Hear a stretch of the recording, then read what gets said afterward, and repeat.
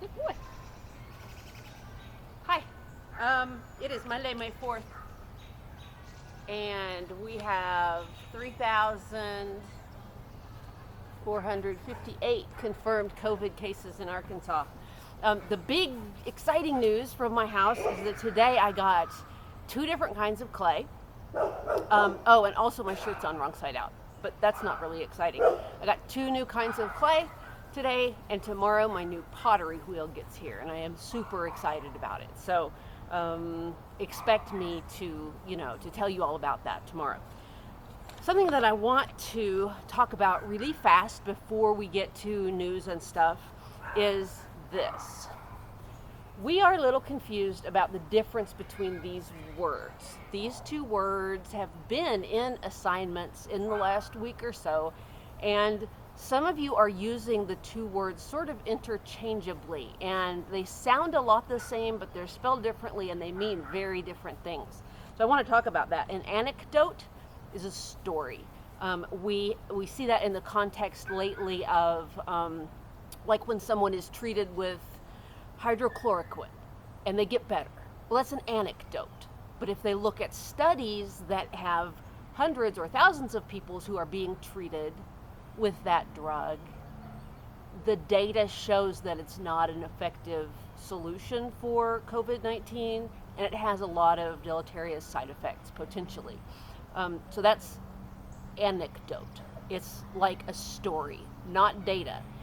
Anecdote, another example of anecdote might be sometimes I hear people say, well, I got a flu shot last year, but I got the flu anyway, so I'll never take a flu shot again.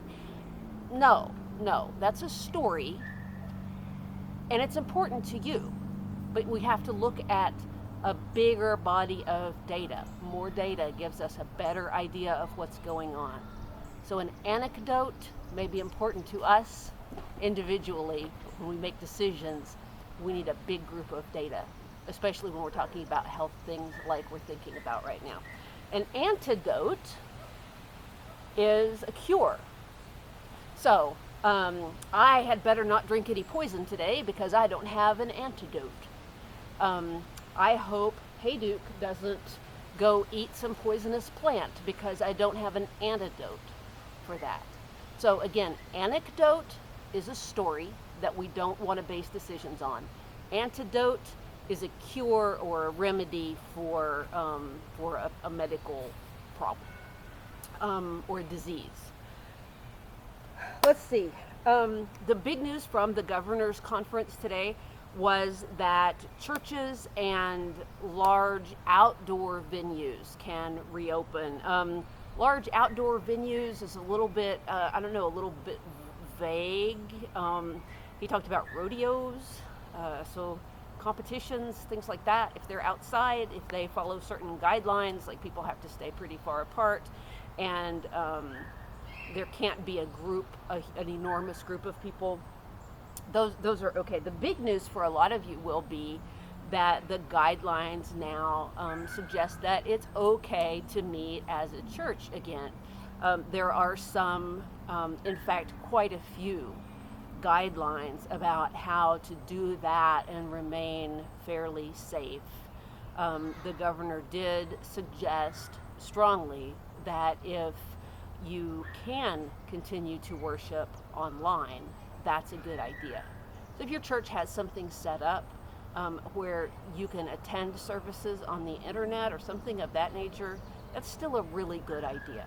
But if your church is going to meet in person, there's a whole list of restrictions, like families can sit together but should sit 6 feet apart from other families. Everyone needs to wear a face covering unless you're speaking or you're singing. And those people can take up their face covering off, but need to stay 12 feet away from the congregation. We need to be careful not to congregate or group up together like at the front door as we're going in or coming out of a place like that. They suggested that when people are visiting, please don't shake hands, please don't hug. You do need to be wearing your face covering, right? And take that visiting time outdoors instead of staying in the church because that will also reduce your chances of spreading the virus. Um, Team sports, a lot of people are still asking about that. At right now, no until May 31st. The governor reiterated that they're going to be meeting about that and talking about that, and somewhere around the middle of the month, they'll make an announcement about whether we'll continue to, not play baseball or other summer sports, or whether they'll open those back up with some restrictions. The guidelines for churches and outdoor venues, I think, are kind of complex. There are a lot of suggestions about how to do those things without infecting others or becoming infected with the COVID-19 virus. I have put a link on your Google Classrooms for today. That is the governor's conference or the governor's update. And so that you can listen to it for yourself. It's around the 10-minute mark, and he talks about what we should do, and he also has some PowerPoint slides with a list that you'll probably find helpful if that's something that you and your family are thinking about for this week and this weekend.